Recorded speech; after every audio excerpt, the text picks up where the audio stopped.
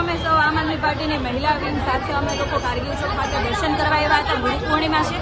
આપણને સૌને ખબર છે કે વારંવાર પેપર લીક થાય છે. ગુજરાતમાં છેલ્લા 10 વર્ષમાં 34થી વધુ પેપર લીક થયા છે. લાખો વિદ્યાર્થીઓનું જીવન આગમાં ધકેલાઈ ગયું છે, નિરાશાની અંદર ધકેલાઈ ગયું છે.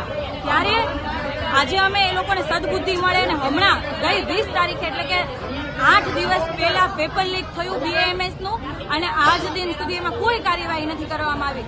આ પેપર આરોગ્ય વિભાગ દ્વારા લેવામાં આવ્યું હતું. એની જવાબદારી આરોગ્ય વિભાગની આવે અને આરોગ્ય મંત્રી ગઈકાલે એવું નિવેદન આપે છે કે અમુક શબ્દ વાયરલ થયા હતા.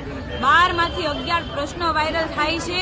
લાખો યુવાનોનું ભવિષ્ય અંધકારમાં જતું રહે છે અને આ ધારાસભ્ય એટલે કે અમારા કામરેજ વિધાનસભાના ધારાસભ્ય અને રાજ્યના આરોગ્ય મંત્રી એવો જવાબ આપે છે અમુક શબ્દ વાયરલ થયા હતા. તો એનો મતલબ એવો આખું પેપર બેઠે બેઠું છપાઈ જાય તો જ માનશે.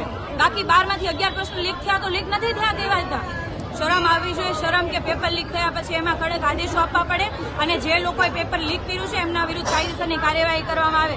છેલ્લા 10 વર્ષમાં શું કાર્યવાહી કરી પેપર લીક ના થાય એના માટેના તમારી ભાજપ સરકાર શું આયોજનો કર્યા? દર વખતે પેપર લીક થાય. 10 વર્ષમાં 34 પેપર લીક થવા કઈ નાની વાત નથી. આમાં સામાન્ય માણસ શું કરે? પણ આ તો તમારી પાસે ભાઈ શું બોલીને ફાયદો છે? કારણ કે તમે પોતે 4 કરોડના ફ્લેટમાં રહ્યો, 2 કરોડના કાર્યાલયની અંદર બેસો અને તમારો દીકરો તો વિદેશમાં ભણે. તો ગુજરાતના સામાન્ય લોકો માટે તમે શું કરવાના? પેપર જ ફોડવાના? તમારા કમલમને તમારા ઘર જ ભરવાના? અને તમને એવું લાગતું હોય કે આજે અમે જ્યારે ભેગા થયા છીએ તમે પોલીસના ડબ્બા અને મોટી મોટી ગાડીઓ મોકલી દીધી, અમારા ઉપર દમન કરાવડાવશો તો શું અમે બી જશું? ના તો અમે તમારાથી બીએ છીએ, ના તો તમારા પોલીસથી ડરીએ છીએ, ના તમારા પોલીસની લાઠીઓથી ડરીએ છીએ. આજે તો માત્ર અમે મંદિરે દર્શન કરવા આવ્યા હતા અને આ તમામ લોકોને સદબુદ્ધિ આપે એના માટેની પ્રાર્થના કરવામાં આવ્યા હતા. પણ જરૂર પડશે તો તમારા ઘરનો ઘેરાવો કરીશું, તમારા કમલમનો પણ ઘેરાવો કરીશું. એમાં અમને કોઈ નહીં રોકી શકે. જય હિન્દ.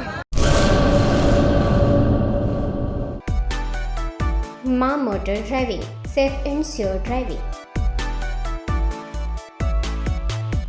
ડ્રાઇવિંગ એ શોખ સાથે આપની મોટી જવાબદારી પણ છે. અમારા ઇન્સ્ટ્રક્ટર દ્વારા સચોટ અને સરળ માર્ગદર્શન.